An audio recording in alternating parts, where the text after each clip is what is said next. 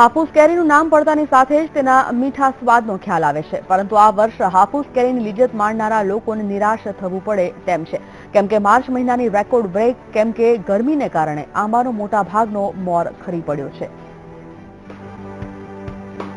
ઉનાળો આવતાની સાથે જ મીઠી કેરીનો સ્વાદ સૌ કોઈ માણે છે. સ્વાદિષ્ટ હાફૂસ કેરીની માંગ દેશ વિદેશમાં રહે છે. ત્યારે આ વર્ષે આકરા તાપને કારણે આંબાના ખરી પડતા મોર ખેડૂતો માટે ચિંતાનું મોજું ફરી વળ્યું છે. આકાશમાંથી વરસતી અગન વર્ષાને કારણે આંબા પરના 80% થી 90% મોર ખરી પડ્યા છે અને જેને કારણે આ વર્ષે કેરીના પાક પર માઠી અસર પડી શકે તેમ છે. આ વખતે હું થયું કે મંજર મસ્ત આવ્યા, સારા આવ્યા, મતલબ 100% મંજર આવ્યા, પરંતુ આ ગરમી જે જલ્દી 1 મહિનો જલ્દી ચાલુ થઈને એના કારણે પછાડના જે મંજરને એમાં 100% નુકસાન આવ્યું છે.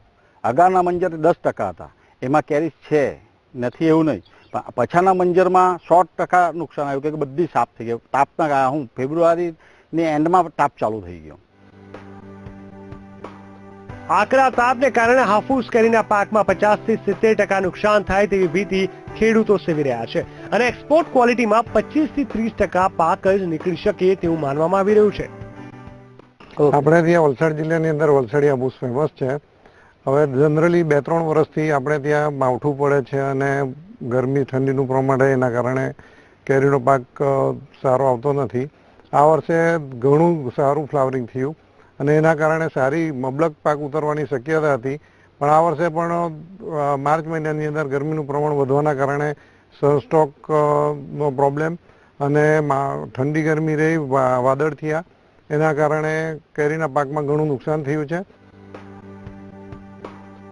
સામાન્ય રીતે સિઝનમાં 1500 થી 2000 મણ કેરી થતી આંબરવાડીમાં આ વર્ષે માંડ કરીને 500 મણ કેરી થાય તેવું છે. ત્યારે આ વખતે હાફૂસ કેરીમાંથી કમાણી તો દૂર, પણ માવજત માટેના ખર્ચના પૈસા પાછા મળે છે કે કેમ તે એક સવાલ છે. માનવ ઠાકોર, VTV ન્યૂઝ, વલસાડ.